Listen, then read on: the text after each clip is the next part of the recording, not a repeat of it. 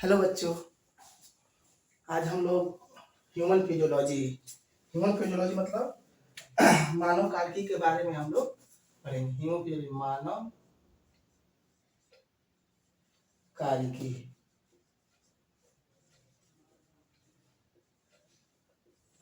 हम लोग human physiology मानव कार्की के बारे में हम लोग पढ़ेंगे, ठीक है। पहले जहाँ से हम लोग क्लास छोड़े थे उसके आगे से पढ़ेंगे। वो तो बायोलॉजी का एक रूपरेखा हम बताए थे पिछली क्लास में। तो हम लोग ह्यूमन फिजियोलॉजी शुरुआत करेंगे, मतलब हम लोग बायोलॉजी के सिलेबस में अब आते हैं, ठीक है। तो ह्यूमन फिजियोलॉजी के अंतर्गत कई टॉपिक आते हैं, ठीक है। पहले हम उस टॉपिक को लिख लेते हैं, फिर उसके अंतर्गत जो टॉपिक आते हैं फिर हम लोग आगे विस्तार से पढ़ेंगे, ठीक है। तो पहले इसके अंदर की जो टॉपिक है उसको हम नोट कर लेते हैं। जो पहला टॉपिक है हम लोग का परिसंचरण तंत्र। क्या है? परिसंचरण तंत्र।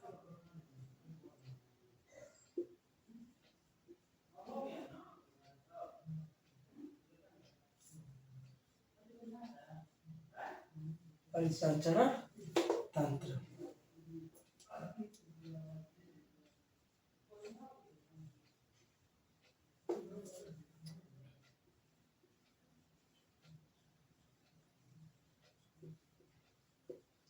क्या है? Circulatory system. दूसरा है पोषण तथा पाचन।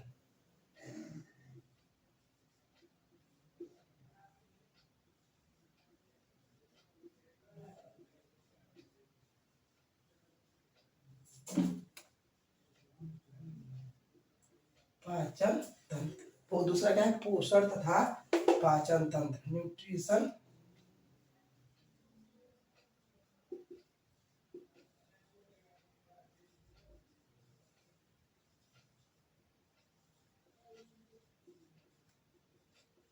Digestive system. क्या है? पोषण तथा पाचन तंत्र, ठीक है। हम लोग का जो तीसरा आएगा श्वसन तंत्र। क्या है तीसरा? श्वसन तंत्र। क्या है? रेस्पिरेटरी क्या है तीसरा? Respiratory system.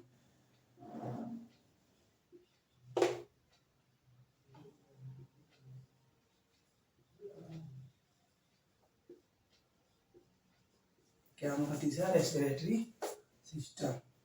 चौथा जो होता है उत्सर्जन तंत्र।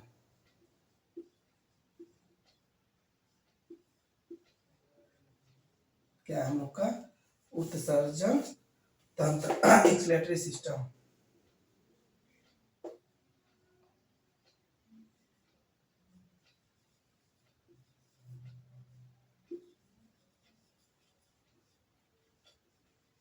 क्या है? एक्सलेटरी सिस्टम।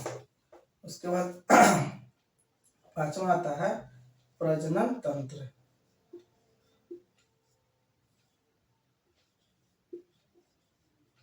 प्रजनन तंत्र, रिप्रोडक्टिव सिस्टम।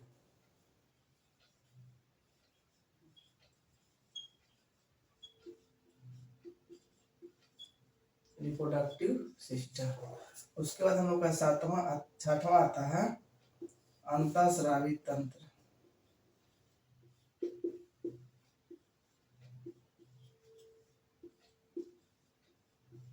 अंतःस्रावी तंत्र, इंडोक्राइन सिस्टम,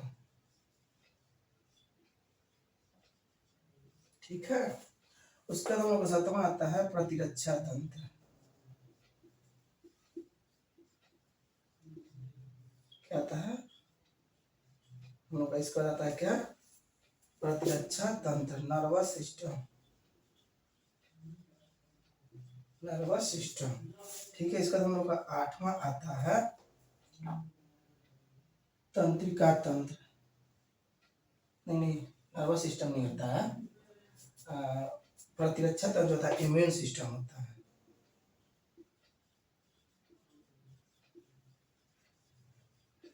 ठीक है, इसके लिए सॉरी, गलती हो गई। उसका आता है तंत्रिका तंत्र, ठीक है। इसका आता है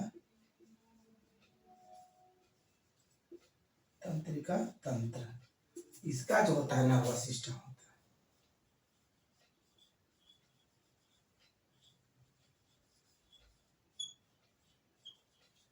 इसका जो होता है नर्वस सिस्टम होता है। तो हम लोग ह्यूमन फिजियोलॉजी मानव कार्यकी के अंतर्गत, ह्यूमन फिजियोलॉजी मानव कार्यकी के अंतर्गत हम लोग पढ़ेंगे क्या, परिसंचरण तंत्र पढ़ेंगे, सर्कुलेटरी सिस्टम पढ़ेंगे, पोषण तथा पाचन पढ़ेंगे, न्यूट्रिशन एंड डाइजेस्टिव सिस्टम, ठीक, श्वसन तंत्र पढ़ेंगे, रेस्पिरेटरी सिस्टम, उत्सर्जन तंत्र पढ़ेंगे, प्रजनन तंत्र पढ़ेंगे, अंतःस्रावी तंत्र पढ़ेंगे, प्रतिरक्षा तंत्र पढ़ेंगे या और तंत्रिका तंत्र पढ़ेंगे। ये ह्यूमन फिजियोलॉजी के अंतर्गत हम लोग ये सारा अध्ययन करेंगे, ठीक है। तो हम सर्वप्रथम लेके चलते हैं परिसंचरण तंत्र की तरफ, ठीक है। हम लोग क्या पढ़ते हैं, परिसंचरण तंत्र।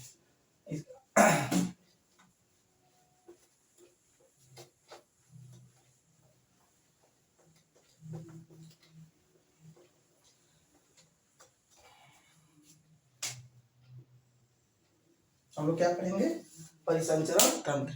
पहले हमारी बात को सुनिए, परिसंचरण तंत्र, परिसंचरण तंत्र के बारे में मतलब इसको हम लोग ट्रांसपोर्टर सिस्टम भी कहते हैं, ट्रांसपोर्टेशन सिस्टम भी कहते हैं, यानी परिवहन तंत्र भी कहते हैं। क्यों कहते हैं, हम आपको बता रहे हैं क्यों कहते हैं। जो इसका मुख्य कार्य होता है, इसका जो मुख्य कार्य होता है, O2 यानी ऑक्सीजन और CO2 यानी कार्बन डाइऑक्साइड का परिवहन करना। इसका जो मुख्य कार्य होता है, O2 यानी ऑक्सीजन और CO2 यानी कार्बन डाइऑक्साइड का परिवहन करना। इसका इसीलिए हम इसे परिसंचरण को ट्रांसपोर्टेशन सिस्टम भी कहते हैं, यानी परिवहन तंत्र भी कहते हैं। इसका दूसरा मुख्य काम होता है, जो हमारे शरीर के उत्सर्जी पदार्थ होते हैं, जो हमारे शरीर के उत्सर्जी पदार्थ होते हैं और जो पोषण तत्व होता है, जो पोषक तत्व होता है, उनका भी ये क्या करता है, परिवहन करता है, ठीक। और इसका तीसरा मुख्य कार्य होता है कि यह हार्मोन का भी परिवहन करता है। यहाँ तक बात क्लियर है। और इसके अंतर्गत विभिन्न अंगों का हम अध्ययन करते हैं, इसके अंतर्गत हम विभिन्न अंगों का अध्ययन करते हैं। जैसे देखा जाए तो ब्लड हो जाता है, हार्ट हो जाता है, आर्टनरी हो जाता है, वेन्स हो जाता है और लिम्फ हो जाता है। कहे तो रक्त हो जाता है, हृदय हो जाता है, शिरा हो जाती है, धमनियां हो जाती है और लसिका हो जाती है। तो इसके अंतर्गत हम उन पार्टों का भी अध्ययन करेंगे। तो पहले जो हम इसका कार्य बताए हैं उसको हम लोग पहले नोट कर लेते हैं, ठीक है। इसका जो पहला कार्य होता है, कार्य, ठीक, इसका जो पहला कार्य होता है, यह O2 और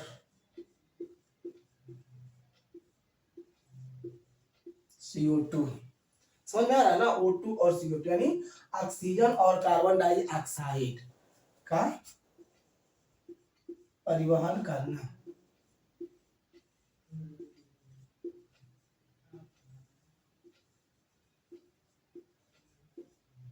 ऐसा बात क्लियर है। इसके बाद इसकी दूसरी शब्द आती है, इसका दूसरा जो कार्य होता है, उत्सर्जी पदार्थ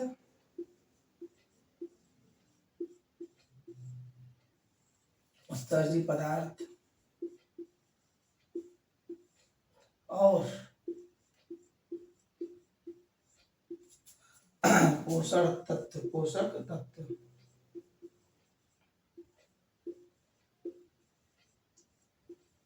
का परिवहन करना।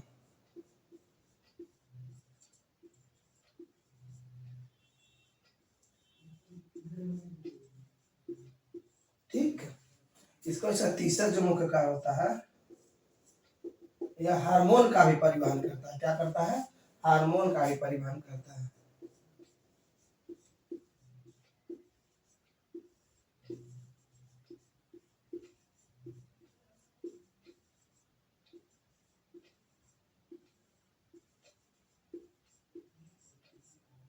इसका मुख्य कार्य क्या होता है, O2 और CO2 यानी ऑक्सीजन और कार्बन डाइऑक्साइड का परिवहन करना।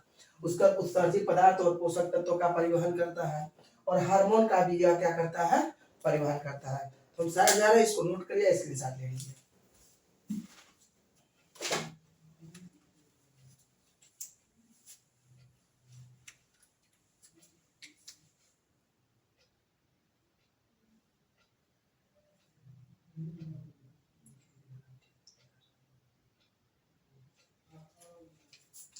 आप लोग नोट कर लिए होंगे।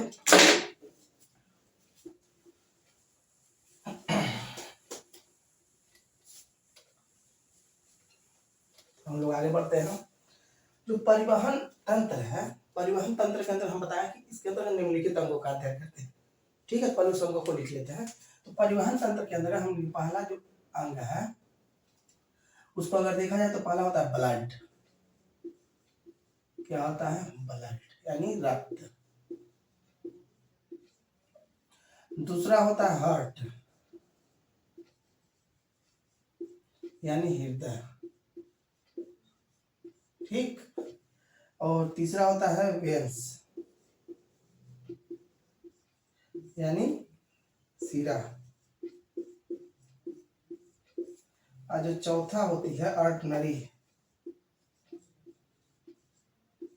यानी धमनी।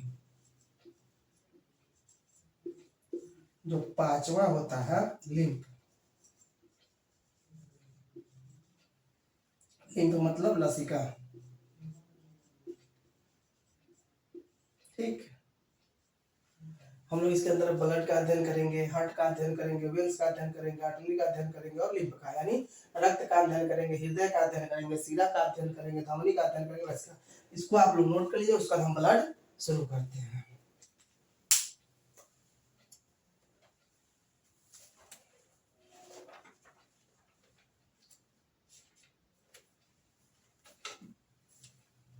ठीक है, हम अब आगे बढ़ते हैं।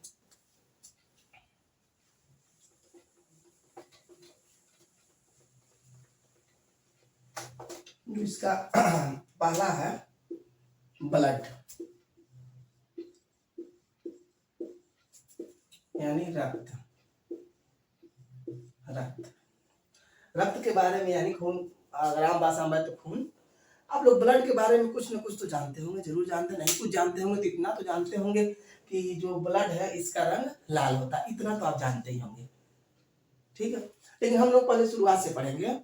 मतलब ब्लड होता क्या है अगर बोला जाए तो ब्लड एक तरल संयोजी ऊतक होता है, फ्लूइड कनेक्टिव टिश्यू होता है। यहाँ तक बात क्लियर है। और इसकी उत्पत्ति कहाँ से होती है? तो इसकी उत्पत्ति जो होती है मेसोडर्म से होती है। किससे होती है? मेसोडर्म। किससे होती है? मेसोडर्म। अब आप लोग को ये होगा मेसोडर्म क्या होता है, तो कंफ्यूजन हम दूर कर देंगे। अब पहले हमारी बातों को समझिए, उसको हम लिखवा देंगे, नोट करा देंगे। इसकी उत्पत्ति मेसोडर्म कहाँ से होती है? इसे मान लीजिए हमने आपको बताया कि ये फ्लूइड यानी जो रक्त होती है, फ्लूइड कनेक्टिव टिश्यू यानी तरल संयोजी ऊतक। क्या होता है? ब्लड जो होता है तरल संयोजी ऊतक होता है। और ब्लड की उत्पत्ति किससे होती है? मेसोडर्म से। अब मेसोडर्म में क्या होता है? मेसोडर्म जैसे मान लीजिए हम लोग की उत्पत्ति हमारे माता और पिता से हुई है। ठीक, तो पिता के 46 गुणसूत्र होते हैं और माता के भी 46 गुणसूत्र होते हैं। जब उन दोनों लोग का फर्टिलाइजेशन होता है, 23 गुणसूत्र फादर से 23 गुणसूत्र जब मदर से आते हैं, तो निषेचन के बाद जाइगोट का निर्माण होता है। किसका निर्माण होता है? जाइगोट का। जाइगोट। तो जाइगोट आगे चल के 3 लेयर वाली संरचना बनाती है। 3 लेयर वाली संरचना बनाती है। ठीक, जिसे हम भ्रूण कहते हैं। क्या कहते हैं? भ्रूण, एम्ब्रियो। क्या कहते हैं? हम एम्ब्रियो कहते हैं। तो जो ये होता है यह एक्टोडर्म होता है।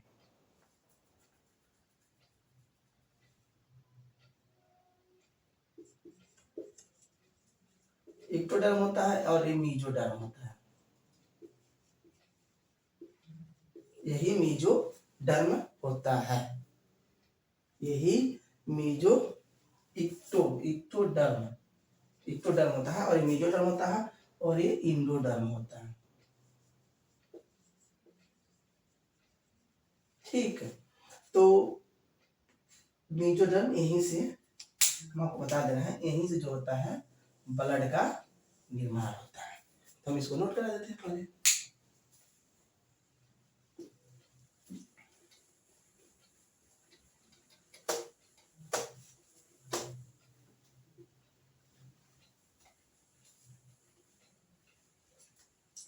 इसके बारे में पहले हम नोट करिए। जो रक्त होता है जो मान लीजिए रक्त होता है, जो होता है यह एक प्रकार का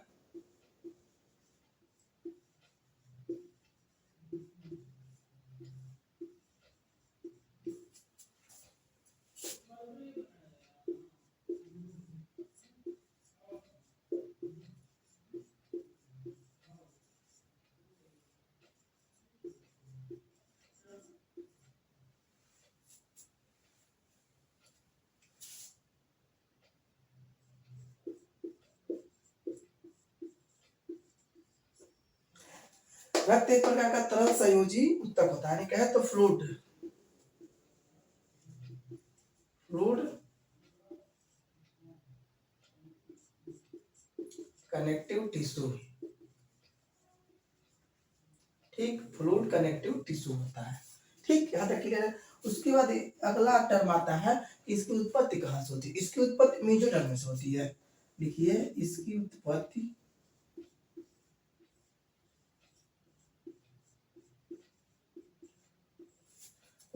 मेजोडर्म,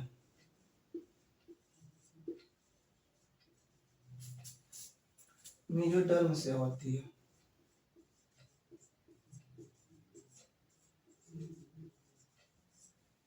इसकी उत्पत्ति मेजोडर्म से होती है।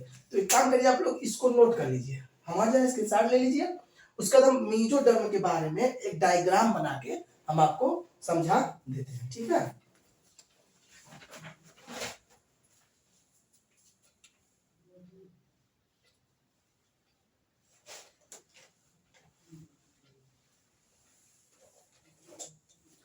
आप लोग नोट कर लिए होंगे। अभी हम लोग ब्लड में ही पढ़ रहे हैं।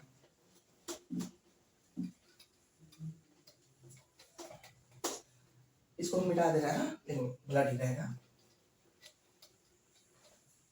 जैसे देखा जाए तो फादर, जैसे मान लीजिए फादर है, हम मेजोडर्म की बात कर रहे हैं। मेजोडर्म कहाँ होता है? जैसे मान लीजिए ब्लड की उत्पत्ति मेजोडर्म से होती है, लेकिन मेजोडर्म स्थित कहाँ होता है उसकी बात हम बता रहे हैं। डायग्राम इसमें अगर आप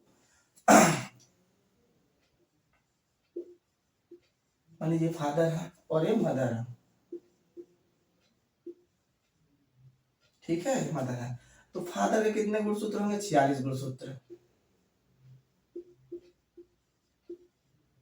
ठीक। और माता के भी कितने गुणसूत्र होंगे? 46 गुणसूत्र, ठीक।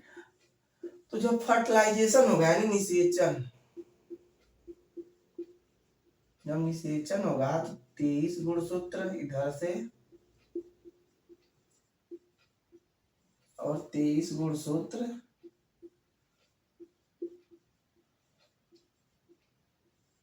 तो निषेचन होगा। जब फर्टिलाइजेशन होगा तो निषेचन एंड फर्टिलाइजेशन मतलब यहाँ लिख देना फर्टिलाइजेशन।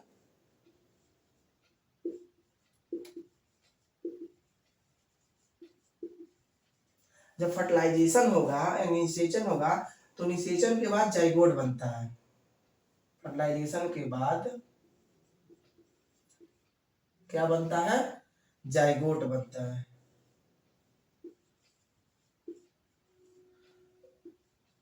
फर्टिलाइजेशन के बाद जाइगोट बनता है।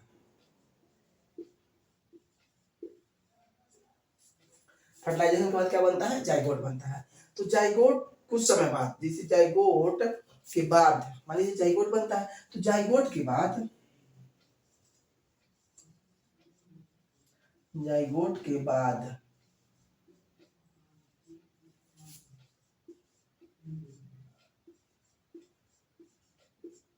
3 परतों वाली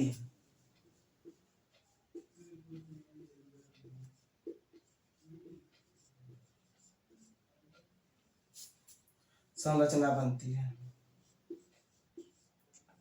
हमारी बातों को ध्यान से समझिए, हम कहना क्या चाह रहे हैं। फादर के गुणसूत्र और मदर के गुणसूत्र 46 गुणसूत्र होते हैं, 23 गुणसूत्र मिलकर फर्टिलाइजेशन होता है। फर्टिलाइजेशन के बाद जाइगोट का निर्माण बनता है, मतलब जाइगोट बनता है, जाइगोट का निर्माण होता है। तो जाइगोट के बाद 3 परतों वाली संरचना बनती है, जिसे हम क्या कहते हैं? भ्रूण कहते हैं, बनती है, ठीक है, जिसे भ्रूण या एम्ब्रियो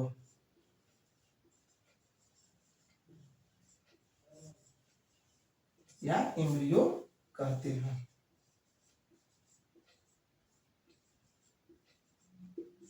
ठीक है, इतना आप लोग लिख लीजिए।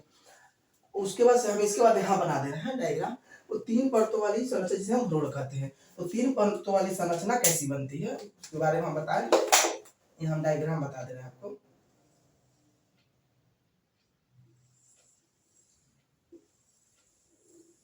ऐसे संरचना बनती है, 3 परतों वाली एक संरचना बनती है। इसे हम लोग क्या कहते हैं? इसे हम लोग भ्रूण कहते हैं।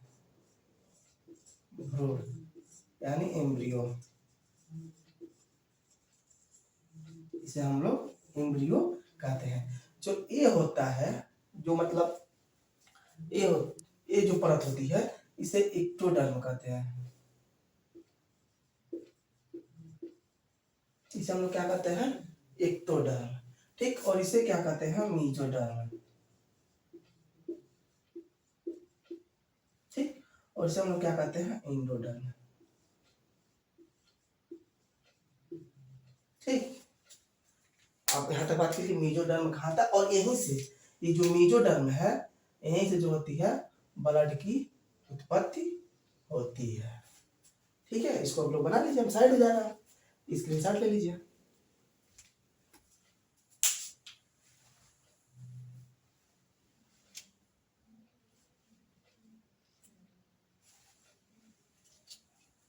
आप लोग नोट कर लिए होंगे।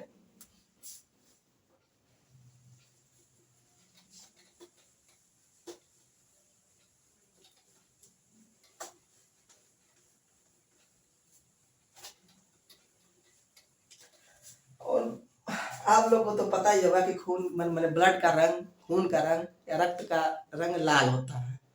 ये तो सबको पता होता है लगभग लोगों को। ये क्यों होता है? क्योंकि इसमें हीमोग्लोबिन पाया जाता है, फर्स्ट कंडीशन। और जो ब्लड का पीएच होता है वो 7.4 होता है, यानी 7.4 होता है। इसीलिए जो ब्लड होता है वो हल्का क्षारीय होता है। ठीक, और स्वाद में उसको टेस्ट किया जाए तो नमकीन होता है। ठीक है, जो इसकी पीएच वैल्यू होती है, हम नोट करा देंगे, पहले हमारी बातों को समझिए। जो पीएच वैल्यू होते हैं 7.4 होती है। कितनी होती है? 7.4 होती है। और ये हल्का क्षारीय होता है, स्वाद में नमकीन होता है। अगर औसतन देखा जाए तो एक स्वस्थ मनुष्य में जो ब्लड का आयतन होता है, जो ब्लड का आयतन होता है वो 5 से 6 लीटर होता है। कितना होता है? 5 से 6 लीटर। ठीक, और जो हमारे शरीर में जो मान लीजिए टोटल जितना 100% ब्लड है उसका 55% ब्लड 55% 55% ब्लड लिक्विड होता है। क्या होता है? लिक्विड यानी तरल होता है। ठीक, जो हमारे 100% मान लीजिए हमारे शरीर में ब्लड है तो 55% ब्लड लिक्विड फॉर्म में होता है। ठीक है, और जो 45% ब्लड होता है, जो 40 सॉलिड होता है यानी ठोस होता है। और इसमें भी जो होती है जो 55% ब्लड है, अगर हम इसको मान लीजिए अब 55% जब अलग करेंगे तो जितना लीटर बनता है उसमें अगर देखा जाए तो इसमें 55% में 90% जो होता है वाटर होता है। ठीक, और 6 से 7% जो होता है प्रोटीन होता है। इसकी हम आगे चर्चा करेंगे, पहले हम लोग इसको नोट कर लेते हैं जितना पढ़े हैं।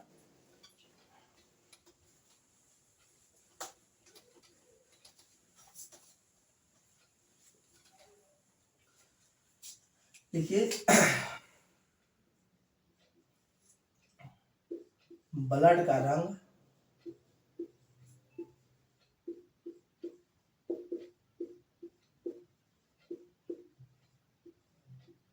लाल यानी रेड, रेड होता है क्योंकि इसमें हीमोग्लोबिन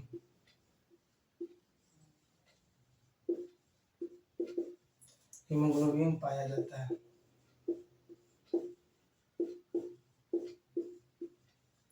क्योंकि इसमें हीमोग्लोबिन पाया जाता है। यहाँ तक क्लियर है? उसका दूसरा पॉइंट आप लोग नोट करिएगा कि जो ब्लड का पीएच मान होता है, ब्लड का पीएच मान 7.4, ठीक है, 7.4 होता है। कितना होता है? 7.4 होता है। और यह हल्का क्षारीय होता है। जो ब्लड होता है, ब्लड हल्का क्षारीय होता है। क्या होता है? क्षारीय होता है।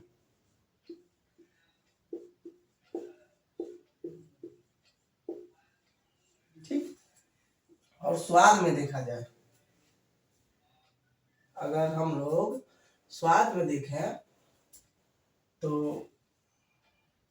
हल्का मतलब स्वाद में देखें तो ब्लड स्वाद में नमकीन होता है।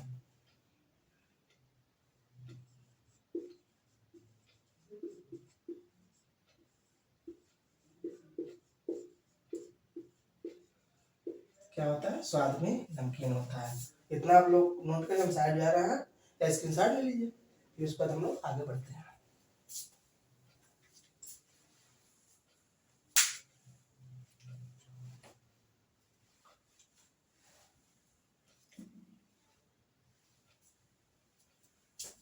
आप लोग नोट कर लिए होंगे, ठीक है। हम लोग आगे बढ़ते हैं इसी क्रम में।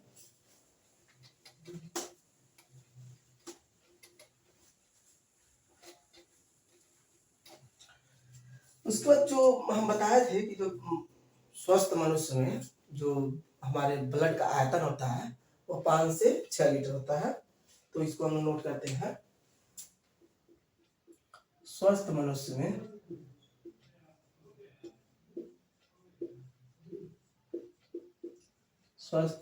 में रक्त का आयतन, रक्त यानी ब्लड,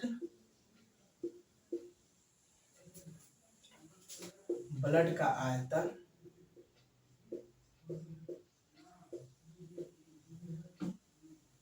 5 से 6 लीटर होता है।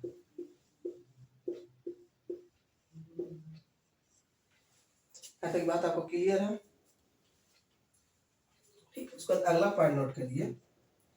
हम अगला पॉइंट आपको बता रहे हैं। इसमें जो आएगा अगला पॉइंट, अगर देखिए जो मनुष्य में जो जितनी ब्लड होती है, ठीक, जो ब्लड का 55% भाग स्वस्थ मतलब जो रक्त है यानी ब्लड, ब्लड का 55% भाग लिक्विड होता है। क्या होता है? लिक्विड यानी तरल होता है। लिक्विड यानी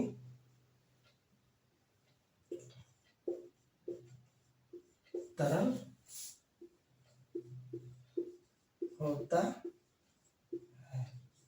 लिक्विड यानी तरल होता है। और शेष मान लीजिए 100% है तो 55% हो गया, तो उसको बचा कितना? 45%। जो 45% भाग होता है, नहीं नहीं रुकिए एक मिनट, जो लिक्विड भाग होता है 55% भाग लिक्विड होता है, जिसे हम लोग क्या कहते हैं? जिसे प्लाज्मा कहते हैं। प्लाज्मा, इसे हम लोग क्या कहते हैं? प्लाज्मा कहते हैं।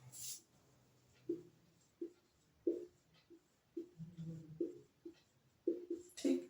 और जो शेष 45% भाग होती है,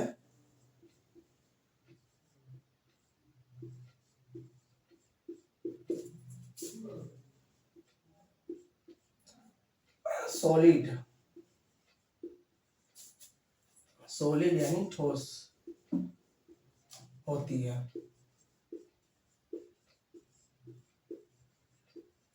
ठोस होती है, जिसे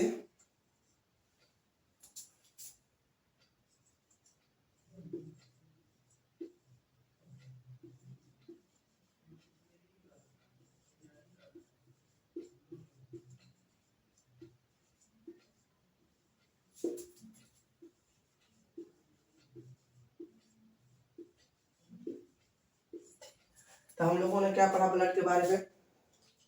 पहले हम लोग शुरू से पढ़े परसेंटेज तंत्र के बारे में पढ़े, उसके आगे बढ़े हम लोग उसके मतलब कार्य को पढ़े, उसके अंतर्गत आने वाले सारी चीजों को पढ़े, उसके अंदर कौन कौन से अंग आते हैं उसके बारे में पढ़े। तो हम लोग ब्लड के बारे में पढ़े थे। ब्लड जो होता है एक तरह से जो उत्तक होता है, उसका ब्लड की उत्पत्ति मेसोडर्म से होती है। मेसोडर्म के बारे में हम आपको बताए।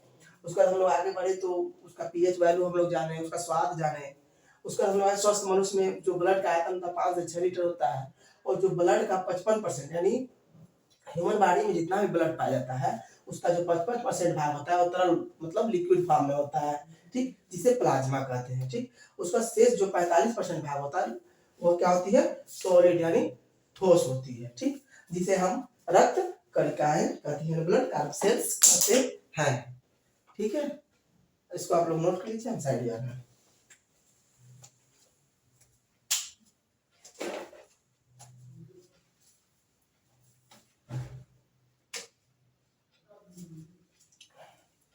आप नोट कर लिए होंगे और हम लोग आगे बढ़ते हैं।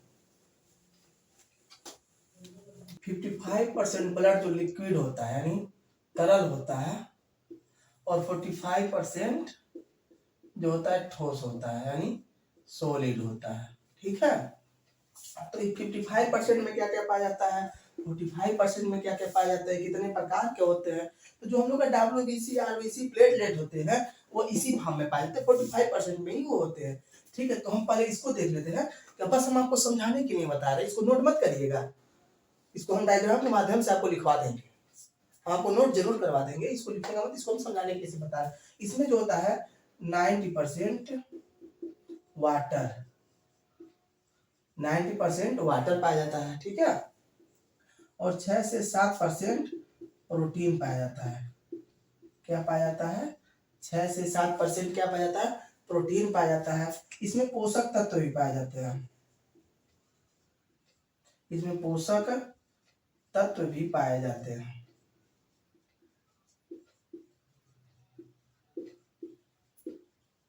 क्या पाए जाते हैं? इसमें पोषक तत्व भी पाए जाते हैं। ठीक है, यहाँ तक क्लियर? और इसमें जो होता है उत्सर्जी पदार्थों का संवहन भी होता है। इसमें जो होता है उत्सर्जी पदार्थों का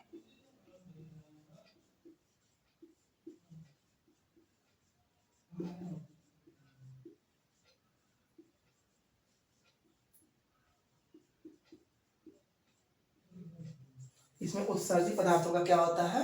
संवहन भी होता है। और इसमें जो एक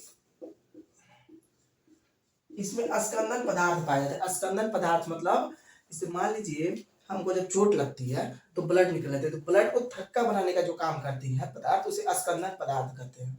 ठीक है, उसे उसमें अस्कंदन पदार्थ है, इसमें अस्कंदन पदार्थ ही पाए जाते हैं। अस्कंदन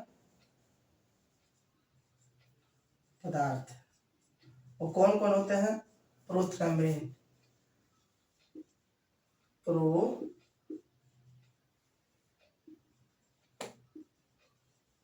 प्रोथ्रम्बिन, और दूसरा जो होता है फाइब्रिनोजन।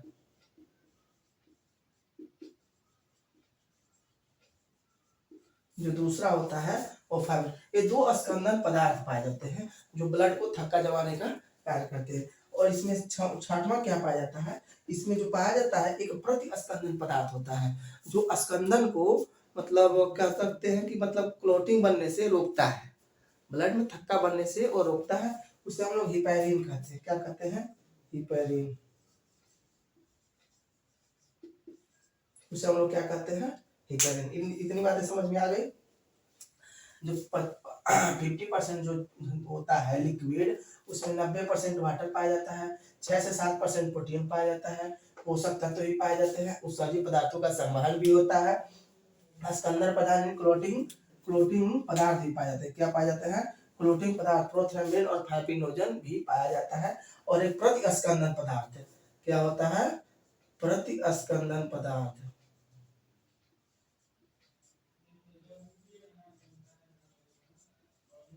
प्रति अस्कंदन पदार्थ पाया जाता है, उसे हम क्या कहते हैं?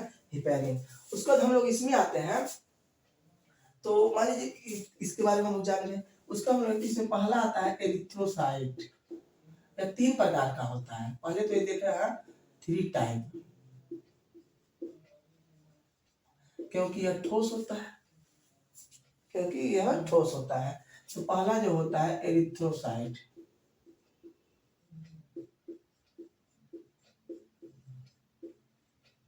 एरिथ्रोसाइट इसे हम आरबीसी भी कहते हैं, इसे हम लोग क्या कहते हैं, आरबीसी भी कहते हैं, ठीक है। और दूसरा जो होता है ल्यूकोसाइट,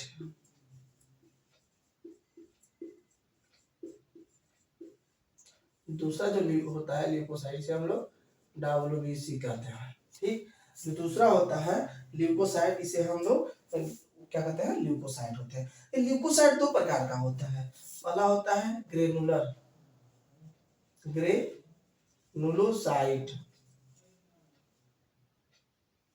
ठीक। और इसमें दूसरा जो होता है ए ग्रेनुलोसाइट होता है। ल्यूकोसाइट दो प्रकार का होता है, ग्रेनुलोसाइट और ए ग्रेनुलोसाइट, ठीक। और तीसरा होता है थ्रोम्बोसाइट,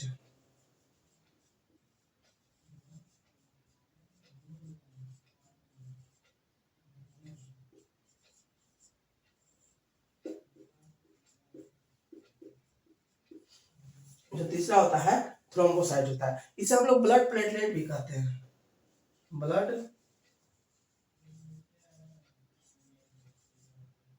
प्लेटलेट्स, इसे हम लोग क्या कहते हैं, ब्लड प्लेटलेट्स भी कहते हैं। तो हम लोगों ने क्या पढ़ा, जो 55% लिक्विड भाग होता है, 45% ठोस भाग होता है, इसमें 90% जल होता है, 6 से 7% प्रोटीन होता है, और इसमें पोषक तत्व भी पाए जाते हैं। क्या पाए जाते हैं, पोषक तत्व भी पाए जाते हैं, सभी पदार्थों का संवहन भी होता है, अस्कंदन पदार्थ भी पाए जाते हैं। हिपैरिन प्रति अस्कंदन पदार्थ, अस्कंदन पदार्थ हम लोग आपको समझाया, जो ब्लड को रोकने के मतलब अस्कंदन थक्का बनाने का काम करते हैं, उसे अस्कंदन पदार्थ कहते हैं। जो थक्का बनाने से रोकते हैं उसे प्रति अस्कंदन कहते हैं। तो ऐसे पदार्थ जो ब्लड में थक्का बनाने का काम करते हैं उसे प्रति अस्कंदन पदार्थ कहते हैं, और ऐसे पदार्थ जो थक्का बनाने से रोकते हैं उसे प्रति अस्कंदन पदार्थ कहते हैं। उसके बाद हम लोग इसमें आते हैं, 3 प्रकार का होता है, एरिथ्रोसाइट जिसे हम लोग आरबीसी कहते हैं, दूसरा होता है ल्यूकोसाइट जिसे हम लोग डब्ल्यूबीसी कहते हैं। 2 प्रकार का होता है, ग्रेनुलोसाइट और ए ग्रेनुलोसाइट, ठीक। ग्रेनुलोसाइट भी होता है, 3 प्रकार का होता है। ग्रेनुलोसाइट ये 3 प्रकार का होता है, न्यूक्लियोफिल, ईसोफिल, बेसोफिल, ऐसे करके 3 प्रकार का होता है। और जो ए होता है वो ए ग्रेनुलोसाइट, ये होता है मोनोसाइट, लिम्फोसाइट, ये 2 प्रकार का होता है, ठीक। और थ्रोम्बोसाइट इसे हम लोग ब्लड प्लेटलेट, क्या समझे हम लोग, एरिथ्रोसाइट इसे हम लोग आरबीसी कहते हैं। ल्यूकोसाइट 2 प्रकार का होता है, ग्रेनुलोसाइट, ए ग्रेनुलोसाइट। ग्रेनुलोसाइट 3 प्रकार का होता है, क्या कहते हैं, ईसोफिल, बेसोफिल और न्यूट्रियोफिल 3 प्रकार का होता है, और ए ग्रेनुलोसाइट 2 प्रकार का होता है, और मोनोसाइट और लिम्फोसाइट, ठीक है। और थ्रोम्बोसाइट या इसे हम लोग ब्लड प्लेटलेट्स भी कहते हैं। अगर टोटली कहें तो ल्यूकोसाइट टोटली सिर्फ अकेले 5 प्रकार का होता है, क्योंकि 3 इसका और 2 इसका, ठीक है। तो हम इसको आपको समझा है, तो इसको डायग्राम के माध्यम से हम आपको इसको अगले क्लास में नोट करा देंगे, ठीक है। अच्छा, अगर आपको मतलब ठीक लगे तो स्क्रीनशॉट ले लीजिए, नोट कर लीजिए, लेकिन हम अगले क्लास में इसको डायग्राम के माध्यम से हम समझा देंगे, समझा तो दिए हैं, लिखवा देंगे, ठीक है। ठीक है, तब बाय बच्चों, फिर हम लोग अगले क्लास में मिलते हैं।